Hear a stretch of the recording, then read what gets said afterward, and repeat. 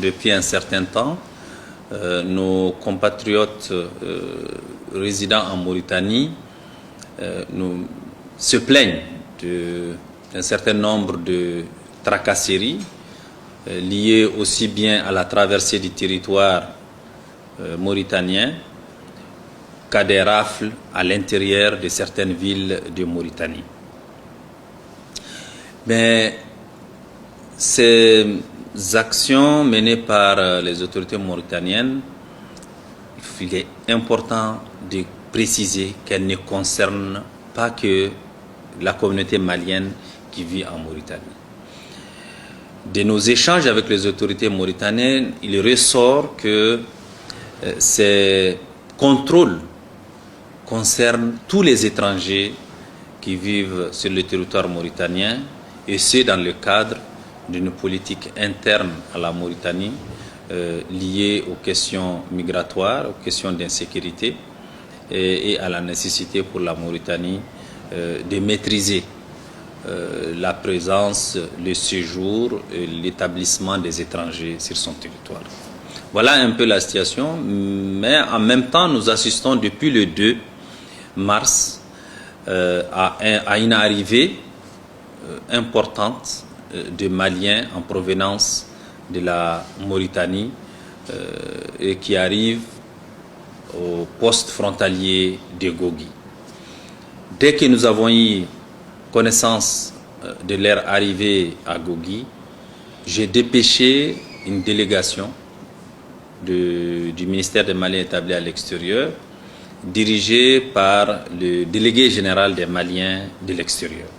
Cette mission est arrivée à Gogui et un accueil digne a été réservé à nos compatriotes qui sont arrivés à Gogui et un appui matériel financier également a été apporté.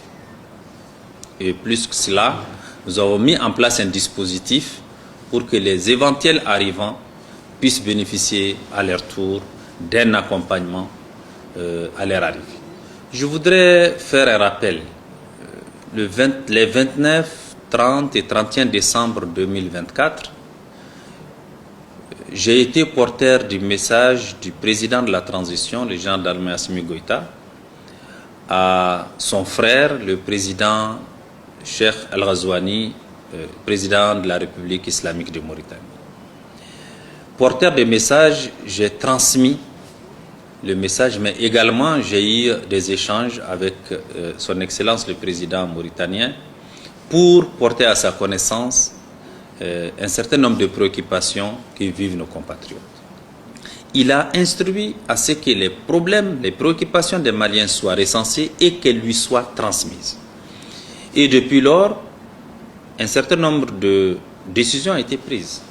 Notamment, il a été demandé à notre ambassadeur de contribuer à sensibiliser les Maliens qui vivent en Mauritanie pour qu'ils s'inscrivent dans le processus de régularisation engagé par les autorités mauritaniennes. Et mieux encore, les autorités mauritaniennes ont pris l'engagement de donner les cartes de séjour aux Maliens sans paiement. C'est-à-dire les Maliens sont exempts du paiement des frais des cartes de séjour. Donc il s'agit surtout de faire les démarches pour obtenir cette carte de séjour, sinon les frais pour les Maliens, en tout cas, les Maliens seront exempts de cela.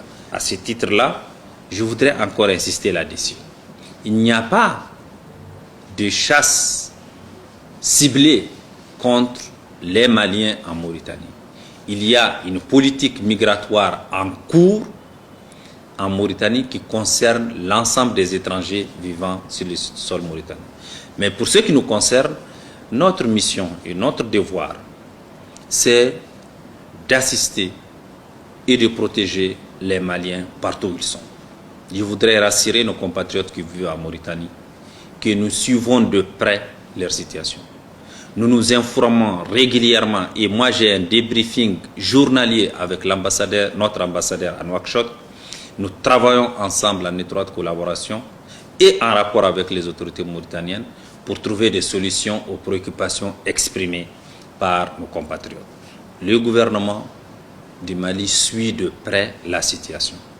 nous veillerons à ce que les intérêts des Maliens qui vivent en Mauritanie soient préservés, que leur sécurité soit assurée et que l'assistance nécessaire leur soit accordée selon les besoins des uns et des autres.